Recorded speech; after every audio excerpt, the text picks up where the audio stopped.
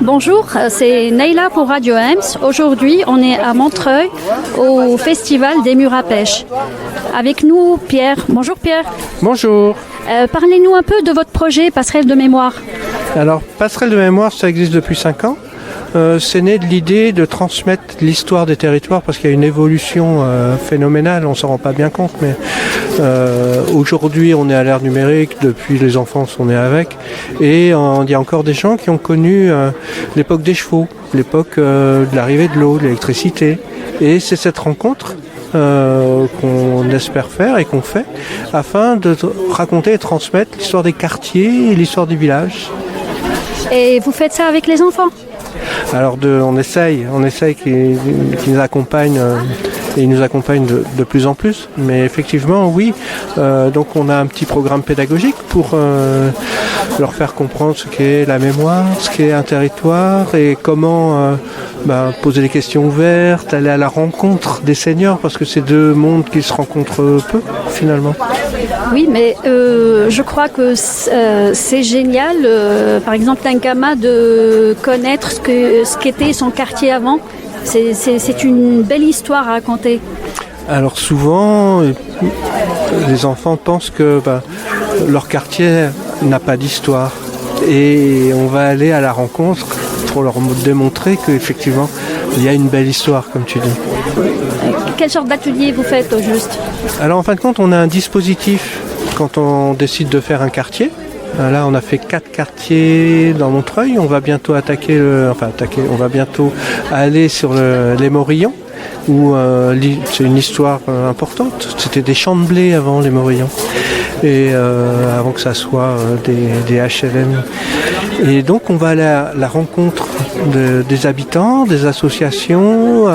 On travaille avec l'antenne de quartier, et on va aller comme ça rencontrer tout ce tissu associatif, ces enfants. On va faire un appel à témoignages, on va faire des réunions pour ces appels à témoignages, et après on vient avec notre lab des territoires, cette caravane de 12 mètres carrés qu'on va déplier à l'intérieur de la cité, au pied des cités, pour faire les entretiens, les interviews, et les enfants vont aussi venir faire les entretiens, les interviews.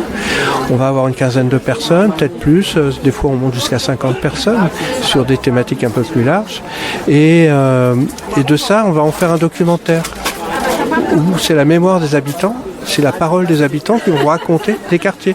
Parce qu'on raconte l'histoire des années 40, on va dire, certains sont capables de nous raconter l'histoire de leurs parents qui habitaient là. Des fois, c'est 3 à 4 générations qui habitent là.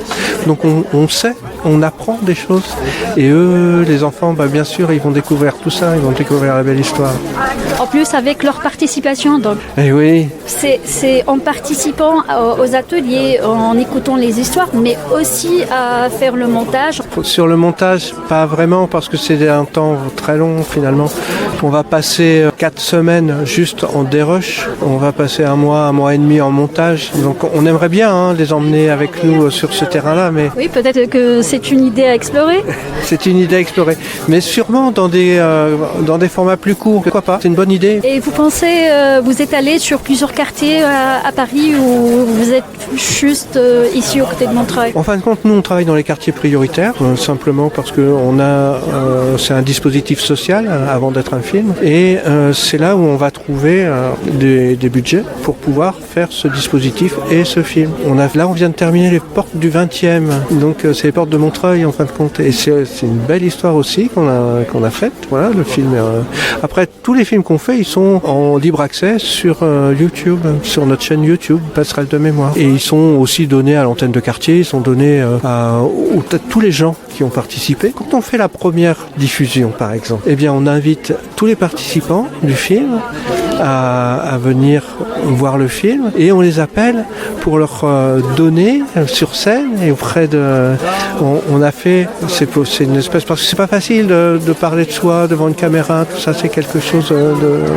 Il faut se lancer, quoi. Et on leur donne les palmes de la transmission de patrimoine immatériel. Chacun reçoit une palme, la ville reçoit une palme, on fait une photo de groupe et voilà. Et après, le public peut poser des questions. Et puis on se retrouve auprès d'un pot. Enfin, voilà, c'est toujours de belles émotions quand on se retrouve comme ça auprès d'un film.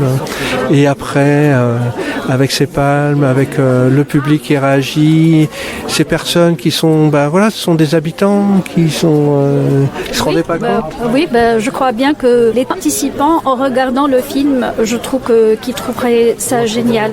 Le recueil de leurs histoires, de leurs mémoires, peut-être de leur enfance aussi. Et ouais, non mais c'est incroyable, c'est vrai. Hein. Il y a une espèce de vérité qui s'en dégage. Ils sont sincères, ils sont sincèrement dans leur mémoire qui racontent. Et c'est ça, c'est l'émotion. C'est cette émotion-là qu'on transmet aussi, parce que c'est une mémoire émotionnelle d'un passé qui n'existe plus. Et d'un coup, on remet au centre les seniors, et d'un coup, les jeunes comprennent ça. C'est tout ce système qui se met en place. C'est beaucoup d'émotions quand on fait les diffusions. Et puis, je pense que quand on regarde les films, on ressent ça aussi, j'espère. Rappelez-nous votre page YouTube, ou sinon, si vous êtes présent sur les réseaux sociaux. Oui, alors, nous, on est présent. Alors, on a une page Facebook, bien sûr, mais si vous voulez retrouver tous les films sont donc en libre accès, comme je disais, sur Passerelle de mémoire. YouTube, Passerelle de mémoire, voilà. Et là, c'est pas bien rangé, mais vous allez retrouver la mémoire de Lannou, la mémoire de Branly-Boissière, la mémoire de Trois Communes, la mémoire de Bel Air Grand Péché. Merci Pierre, c'était Naïda pour Radio Ems.